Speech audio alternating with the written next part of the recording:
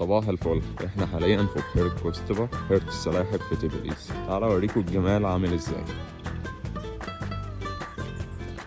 انت تحس اللي هو مكان عادي، بس المكان هنا مش عادي. احنا فوق جبل والبحيرة في وسط الجبل ده. الكلاب الجميلة بقى هنا في كل مكان، محدش يخاف. طالما في ودانه العلامة دي يبقى هو كده متطعم. والكلاب هنا أليفة جدا. والمكان هنا جميل وهوا نضيف، لان مفيش عربيات بتمشي فيه، فتتمشى هنا براحتك وتشم احلى هوا الصبح كده. طبعا في كافيهات هنا واماكن جميله تقدر تقعد فيها. تعالوا نشوف منظر البحيره عامل ازاي. حاجه جميله جدا، بحيره في وسط جبل. من حقنا ان احنا نشوف الطبيعه ونستمتع بيها، لان دي من عند ربنا.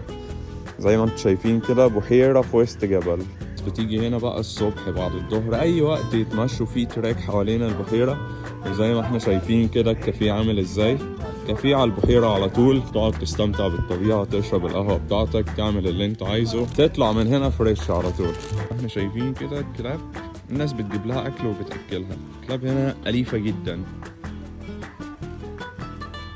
اي بقى هنا شباب كبار في السن جايين يمشوا. زي ما احنا شايفين التراك عامل ازاي، تراك مهيأ للمشي وسط هوا نضيف، مفيش اي عربيات هنا ماشية. بتيجي هنا بتطلع زي جبل عشان توصل للبحيرة هنا، فب1,000,000% الهوا هنا نضيف. زي ما احنا شايفين كده البحيرة ورايا منظرها جميل جدا.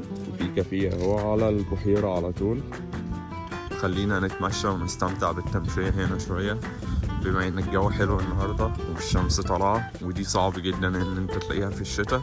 بس بما ان الشمس طالعه النهارده فالجو هيبقى حلو وهيساعدنا ان احنا نمشي. طبعا الاماكن هنا كلها كاميرا، عشان لو حد ضاعت منه حاجه، حد مثلا نسي حاجه، الكلام ده كله للامان برضه. يعني الكاميرات هنا في كل مكان في جورجيا عموما للامان.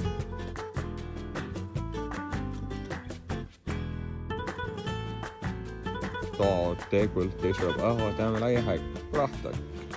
البحيرة دي من حق الجميع. في ناس بتتمرن جوه هنا زي ما احنا شايفين كده.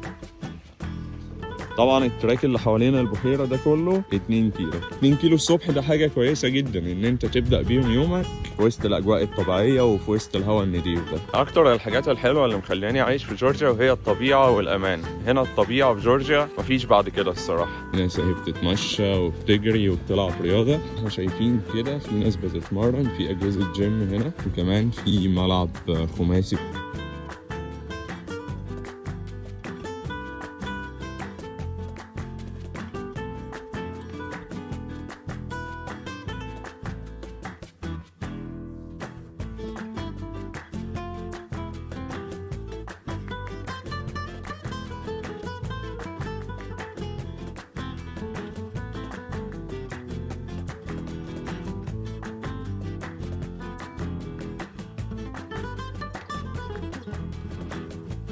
ما احنا شايفين كده تبليسي تحت اهي كلها، واحنا هنا عند البحيرة. فشايفين المسافات دي بحيرة على جبل. لو عجبك الفيديو ما تنساش تعمل لايك وشير عشان يوصلك كل جديد. سلام.